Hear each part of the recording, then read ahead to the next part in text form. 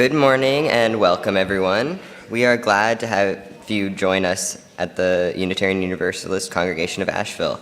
My name is Mars Fulson, and I am a member of YRUU. YRUU stands for Young Religious Unitarian Universalist and is a religious exploration fellowship for UU high schoolers.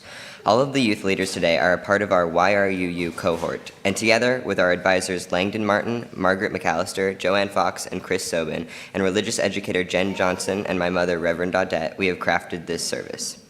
The worship theme for February is the gift of justice and equity. We have been thinking about what justice and equity mean as we've put together this service, and we'll be bringing in the lens of Theodore Geisel, better known as Dr. Seuss, to this idea. Thank you for joining us today and opening yourselves to us in the here and now. We are glad you are here, congregant or visitor, whoever you are, wherever you come from, whomever you love, however you identify, wherever you are on the journey of becoming who you were meant to be. You are welcome in our faith community. We are grateful for the presence of pianist Joyce Hooley, our beloved house band the Sandburgers, and our tech staff Simon Jacobs. Now let us prepare for worship with today's centering music. Maggie will play Ode to Joy.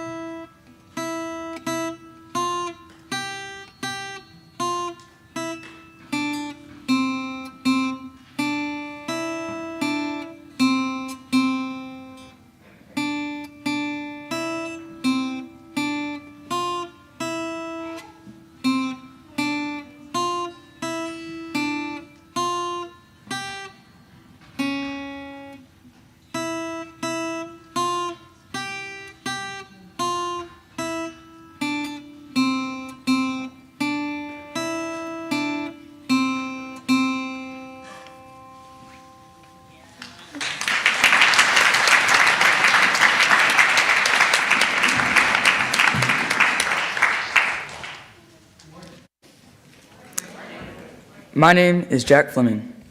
The chalice is the symbol of our Unitarian Universalist faith. I would like to invite Sawyer up to light our chalice this morning.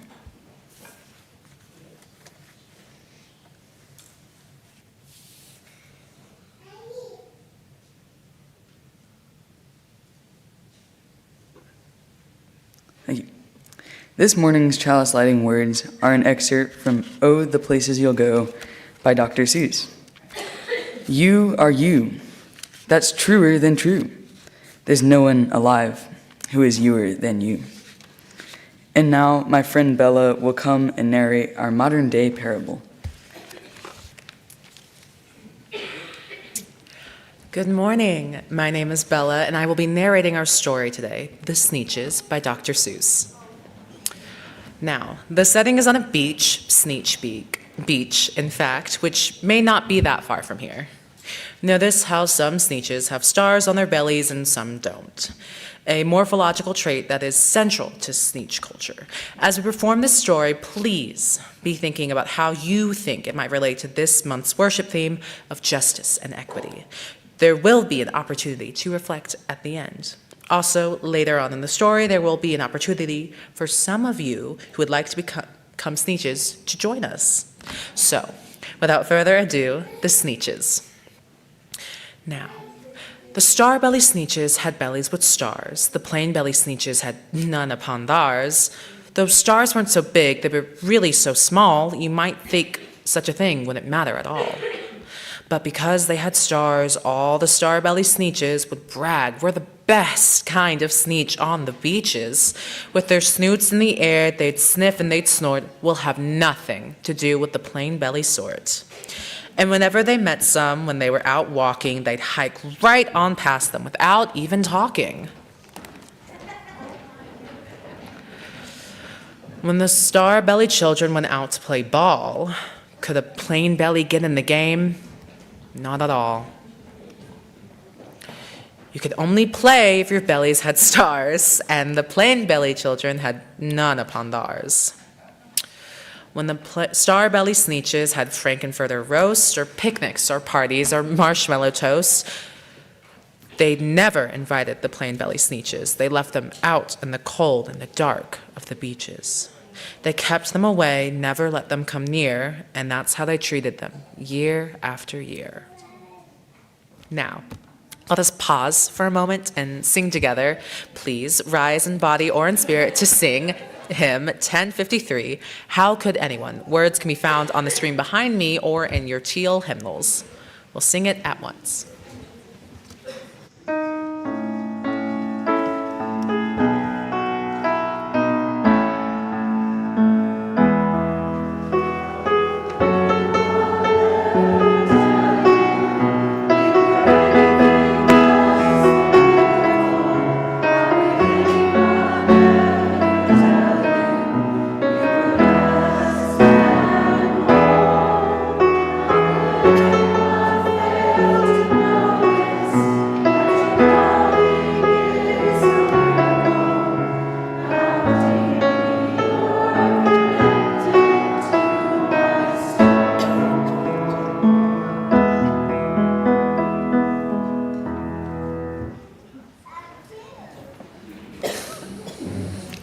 Then, one day it seems, while the plain-bellied sneeches were moping and doping alone on the beaches, just sitting there wishing their bellies had stars, a stranger zipped up in the strangest of cars. My friends, He announced in a voice clear and keen. my name is Sylvester McMonkey McBean, and I've heard of your troubles. I've heard you're unhappy. But I can fix that. I'm the fix-it-up chappie. I've come here to help you. I have what you need, and my prices are low. And I work at great speed, and my work is 100% guaranteed. Then quickly, Sylvester McMonkey McBean put together a very peculiar machine. And he said, You want stars on like a star-bellied sneech? My friends, you can have them for $3 each.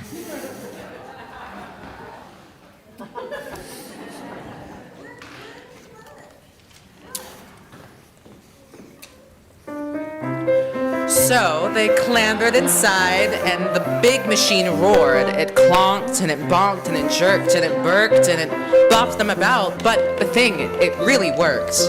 When the plain belly sneeches popped out, they had stars. They actually did. They had stars upon theirs.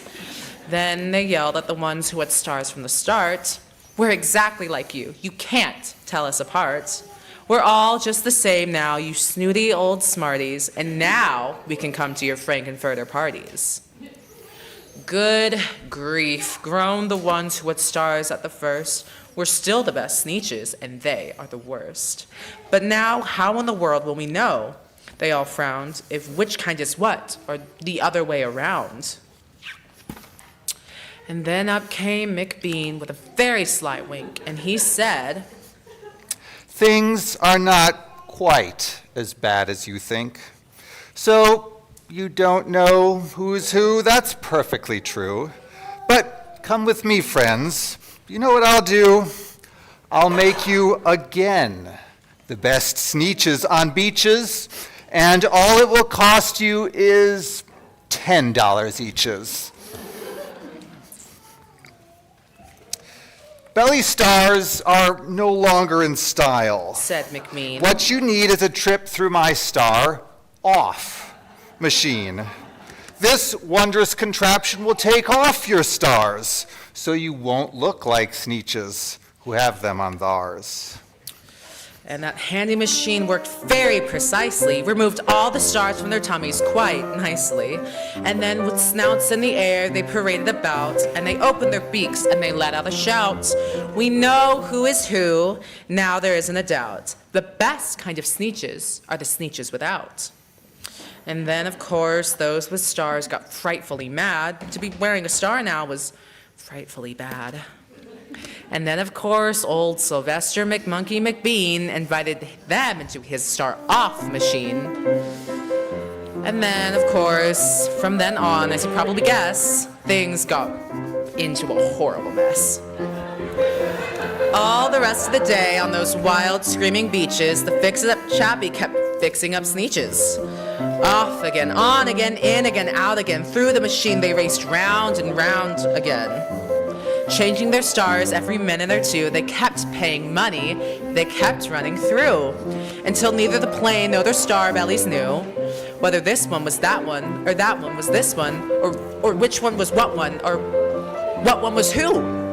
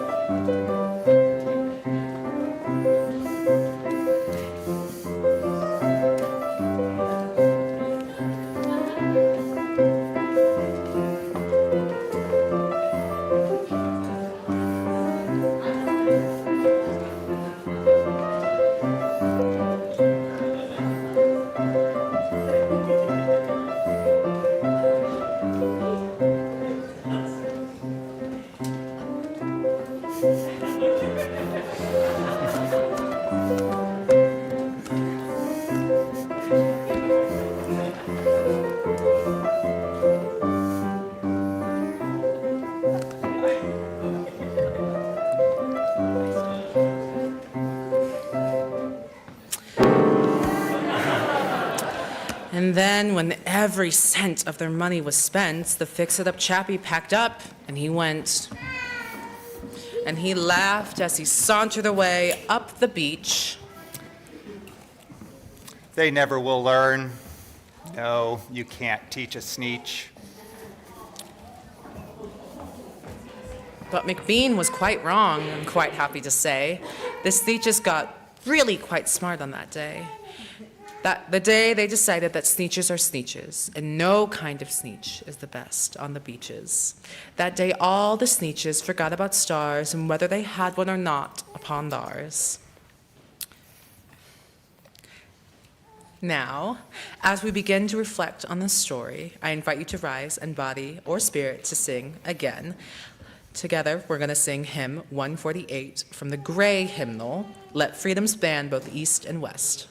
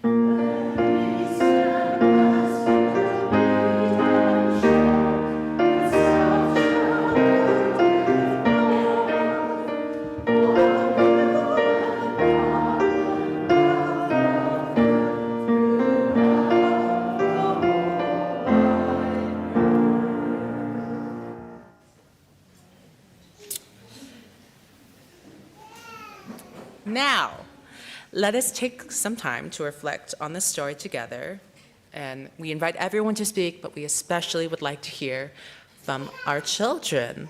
So now I'm going to invite Jack and Ford up to help me with something.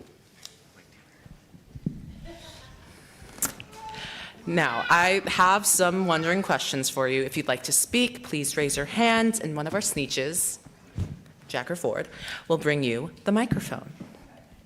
Now, why do you think the Sneetches kept going through the machines? And have you ever bought something or changed your appearance because you felt doing so would make you...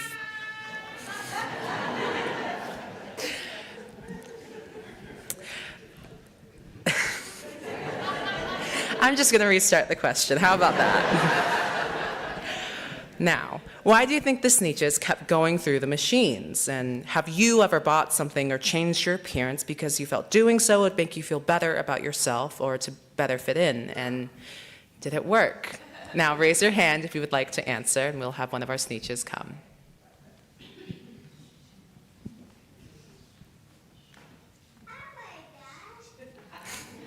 Okay, then.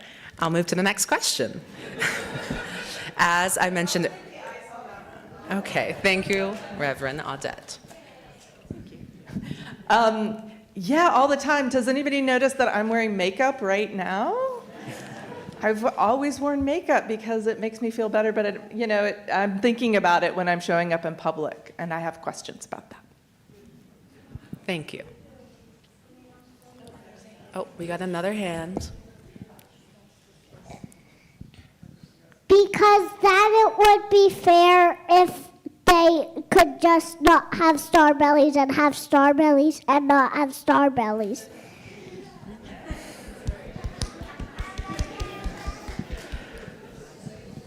Okay, now I will move on to the next question. As I mentioned earlier, this month's worship theme is justice and equity, and how do you think this story relates to that?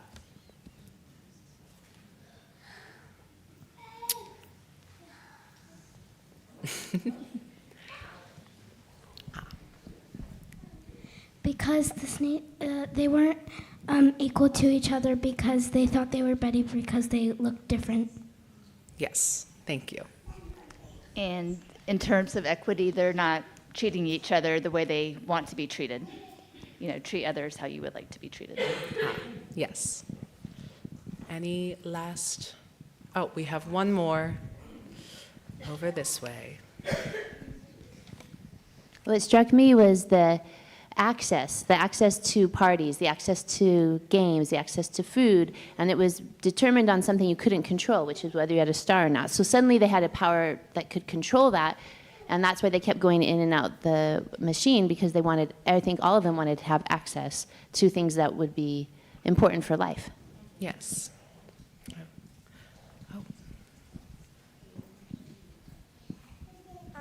And often, whoops. Let's let you go first, and then we'll circle back to you. Because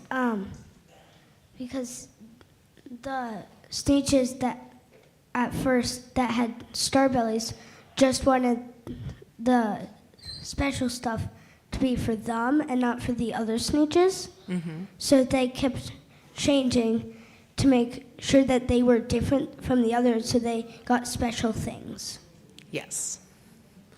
And now back to you. And often someone who is very convincing can promise us something, and we'll gravitate toward that because we really want things to be okay. But very often the solution is inside of us and not in that expert who's trying to sell us something. Yes. And I think we have one last hand.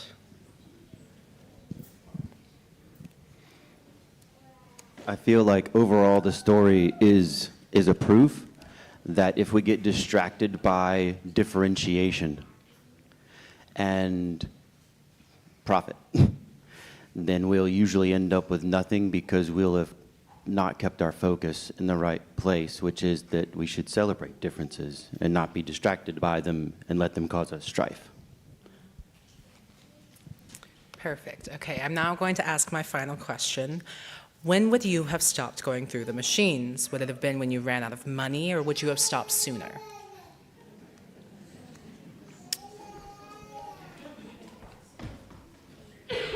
I would have stopped sooner because I was just thinking this is a waste of money and it doesn't matter how you look or how you act.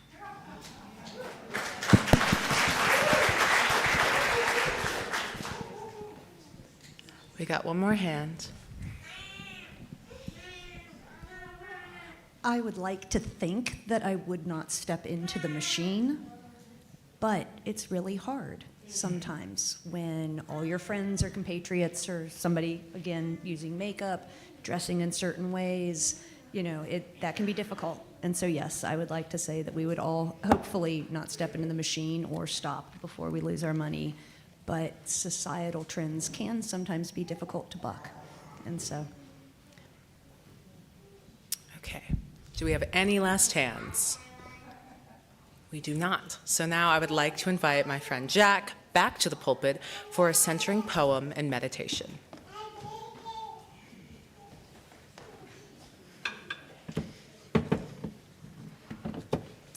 This is Equality by Maya Angelou. You declare you see me dimly through a glass which will not shine. Though I stand before you boldly, trim in rank and marking time. You do own to hear me faintly as a whisper out of range, while my drums beat out the message and the rhythms never change. Equality, and I will be free. Equality, and I will be free. You announce my ways are wanton, that fly from man to man. But if I'm just a shadow to you, could you ever understand? We have lived a painful history. We know the shameful past. But I keep on marching forward, and you keep on coming last. Equality, and I will be free. Equality, and I will be free. Take the blinders from your vision, take the padding from your ears, and confess you've heard me crying, and admit you've seen my tears. Hear the tempo so compelling, hear the blood throb in my veins. Yes, my drums are beating nightly, and the rhythms never change. Equality, and I will be free. Equality, and I will be free. In the center of our service, and in the center of our lives, let us pause to honor the silences of the world. Let us open our hearts to the silent prayer for the healing of pain, that place of quiet, the soft, gentle coming of love. Let us share a moment of silence.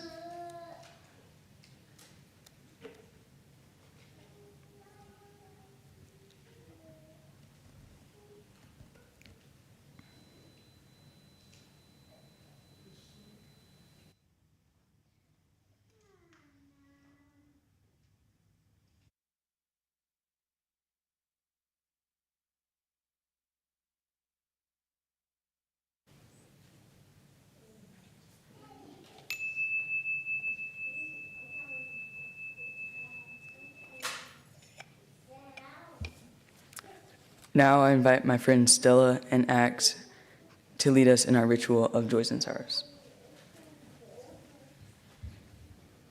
Now is the time to acknowledge our joys and sorrows with the ritual of water and rocks.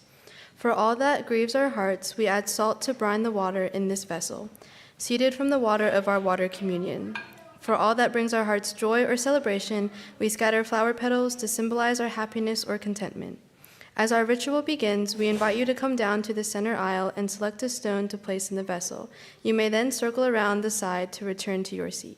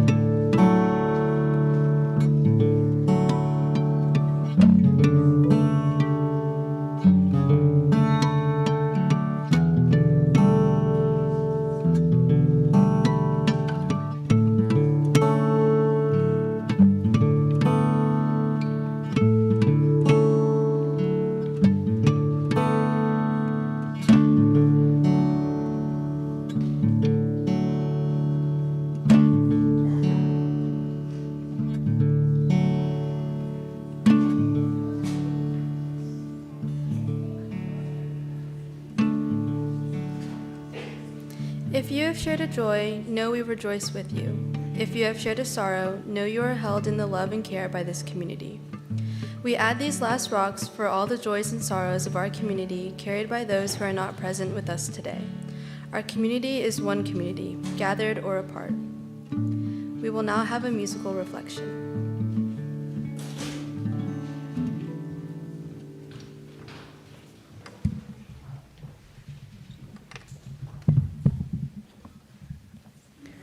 For this musical reflection, I will be reading the words from hymn number 292, If I Can Stop One Heart from Breaking, a poem by Emily Dickinson. Our pianist, Joyce Hooley, will play the music to the hymn to accompany me.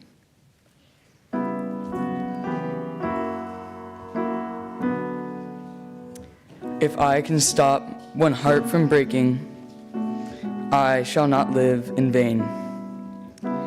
If I can ease one life the aching, or cool one pain, or help one fainting robin unto his nest again, I shall not live in vain.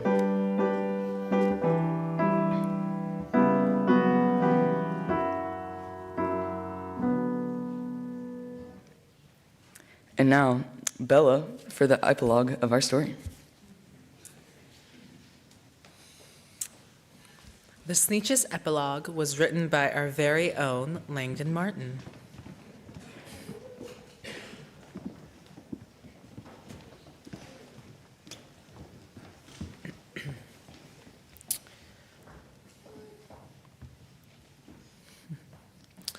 The newfound community that comprised all the Sneetches decided to hold Sunday snurch on the beaches. They brought beach towels for all. Every Sneetch took a seat. They had frankfurter roasts with impossible meat. The Unistarian Sneetches said peace and bumped fists with every one of the Plain Valley versalists. They welcomed each other, embracing regardless, and knowing that worth was unrelated to starredness. More justice, more equity, their work had begun. As a united snurch, 'twas like 1961. But a problem remained, their budget was funny. In the process of learning, they lost all their money. So they packed up their snurch, got ready to go, and began wading out into the deep undertow, and declared as they jumped in with a splash, "We'll all go join up with those humans in the Ville of Ash."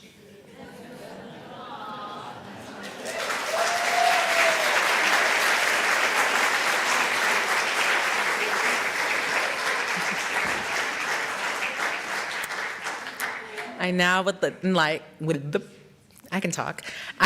like to invite my friend Katie to the pulpit for the work of the congregation and the offering.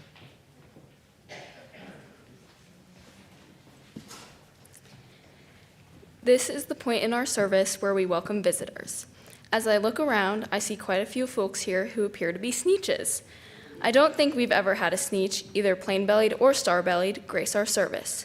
Maybe you all would like to start us off. I'm Bella Bennett Murphy. I use she, her pronouns.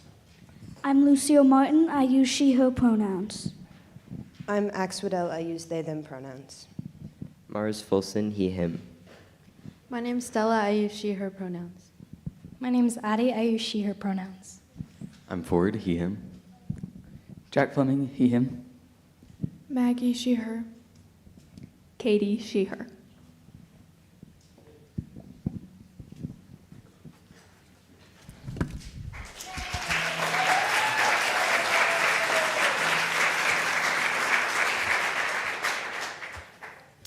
And now to our other visitors.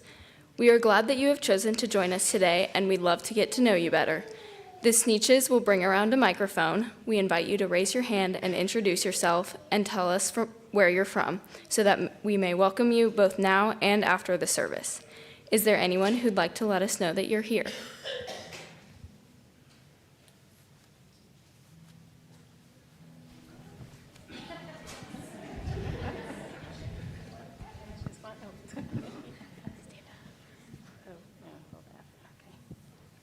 Hi, my name is Donna Ross, and I am the proud grandmother of Jack and Ford Fleming. And that gives me a star right away, right? And I live here in Asheville, and I love your congregation and the feeling that we have when we come here.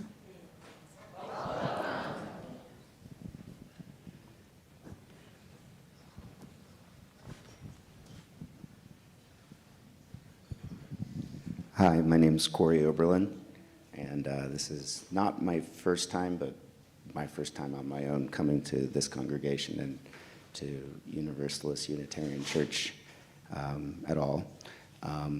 My only other connection was actually when my mother passed away. My father, who is a Universalist Unitarian, had a service for my mom here in this church, and that was 4 years ago.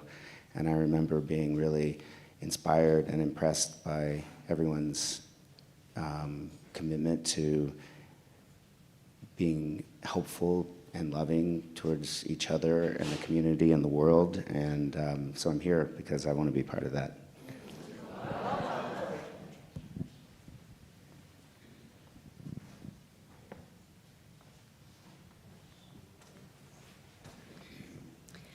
Please take a moment to wave to Trevor Johnson, our Connections Coordinator, who would love to meet you after the service, especially if you have any questions.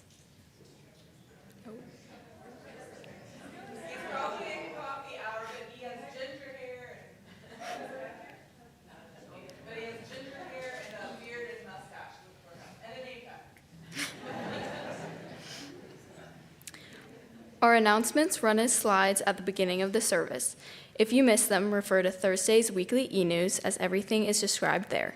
If you don't receive the e-news, ask an usher to show you how to sign up, or email us at information@uuasheville.org.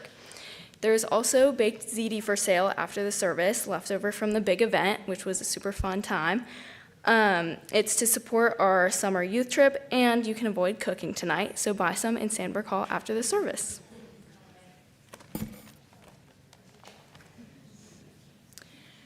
And now for our offertory.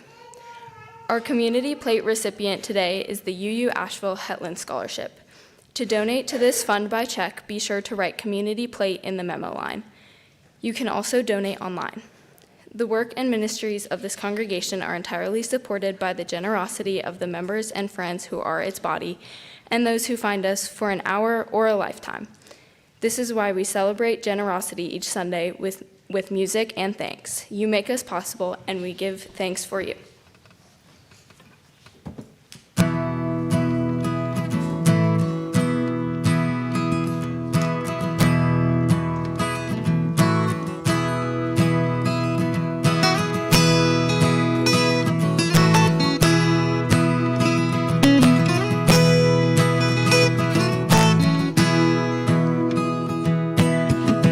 Say that you stand apart, put a fence around your yard. You can build a tall rampart, guard it with a gun.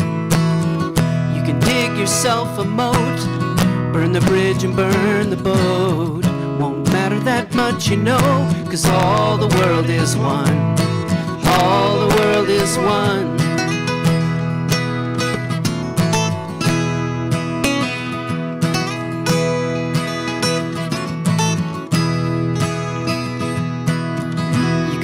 In a big parade every Independence Day. You can raise up your own flag, sing your own anthem.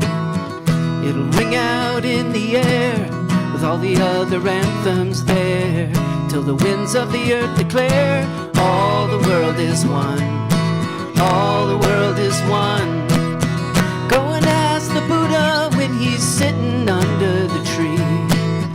Go ask Walt Whitman when he's looking out at the sea.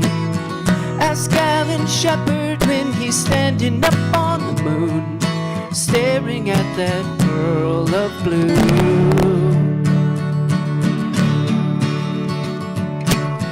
Ask an atom in the breath you take. Ask the water by the riverbank. Ask a strand of DNA, it's written in your blood. One life running in your veins, one light from one big bang. You can try and separate it, but all the world is one. All the world is one.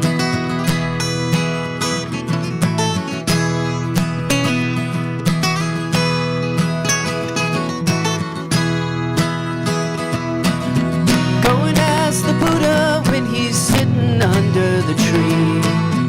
Ask Annie Dillard when she's up on Tinker Creek. Ask Alan Shepard when he's standing up on the moon, staring at that pearl of blue. Oh, you can take an outbound train, try and make a getaway. You can ride off like John Wayne to the setting sun.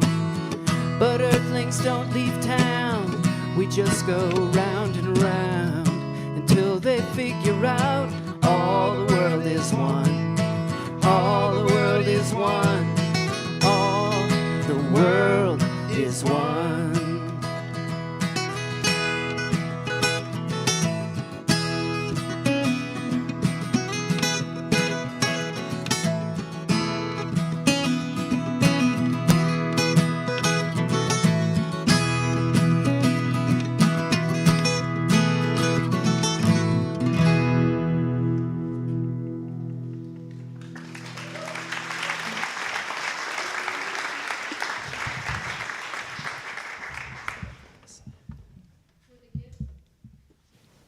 For the gifts of your time, presence, talents, and treasure, we are grateful. And now my friend Maggie will sing Me by Taylor Swift for our music to meet the moment.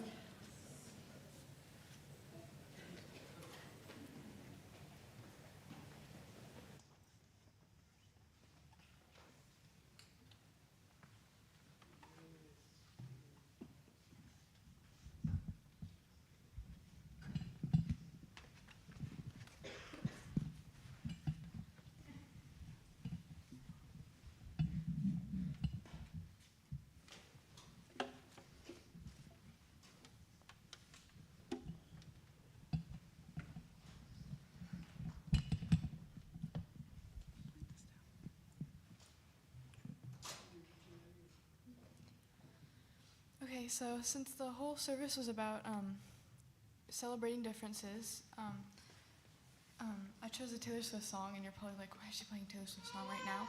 So, in the interest of skipping that confusion, this song is kind of all about, celebrating differences, and everyone's unique, and, just celebrating them instead of getting mad about them and letting it separate people more. Promise that you'll never find another like me. Know that I'm a handful, baby. I know I never think before I jump. And you're the kind of guy that ladies want. And there's a lot of cool chicks out there. I know that I would psycho on the phone. I'll never leave well enough alone. And trouble's gonna follow where I go. And there's a lot of cool guys out there.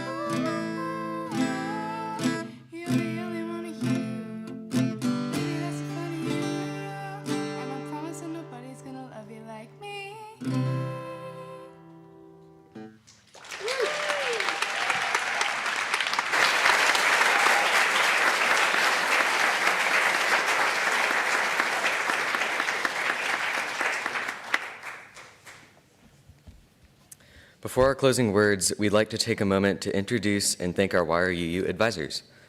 Langdon Martin, Margaret McAllister, Joanne Fox, and Chris Sobin, will you please stand to be recognized?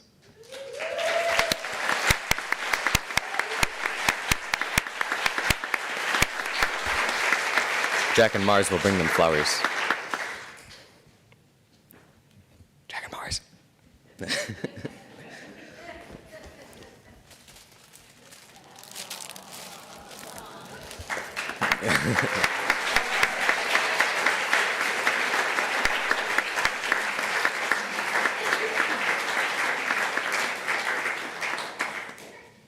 Thank you for caring and guiding us this year. We hope everyone has enjoyed today's service. As it comes to a close, we hope you are able to take away a piece of wisdom that you can make use of or pass on. For our closing words, I have selected those of Emily Richards. Our work here this afternoon is at an end, and our work has just begun.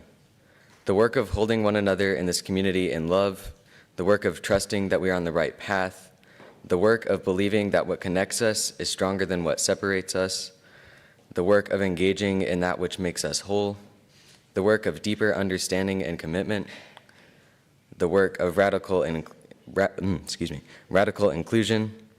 the work of collective liberation, the work of this beloved community, a beloved community of which we are all a part, a place where we are welcomed, respected, valued, and cherished, a place where we belong.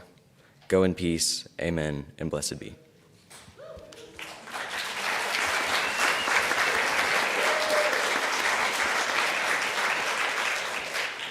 And now may we rise and body your spirit for our closing song, Long Time Son. Thank you.